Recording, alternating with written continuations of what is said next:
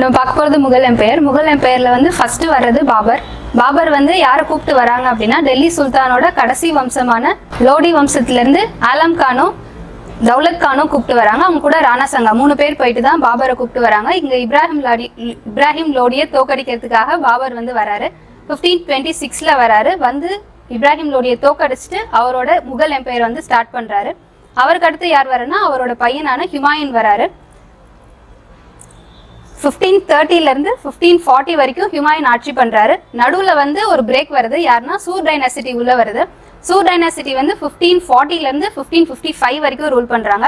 அதுக்கப்புறம் சூர் dynasty down ஆகுறதால மறுபடியும் போய் ஹுமாயூனை கேப்சர் பண்ணிடுறாரு.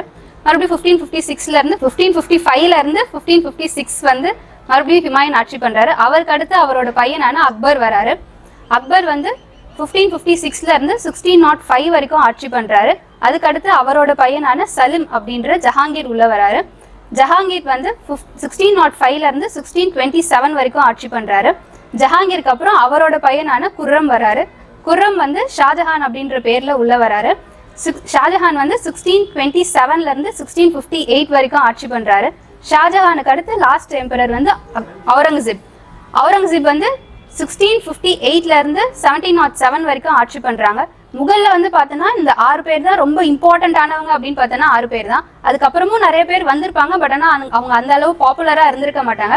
கடைசி அரசர் அப்படின்னு பார்த்தோன்னா பகதூர் ஷா 2. இவர் வந்து பெரும்புரட்சி அப்போ இவர் தான் வந்து தலைமை ஏற்று நடத்தியிருப்பாரு. அதுக்கப்புறம் அவரை வந்து பிரிட்டிஷ் வந்து ரங்கூனுக்கு நாடு கடத்தியிருப்பாங்க. ஸோ இதோட முகல் எம்பையர் முடிஞ்சிடும்.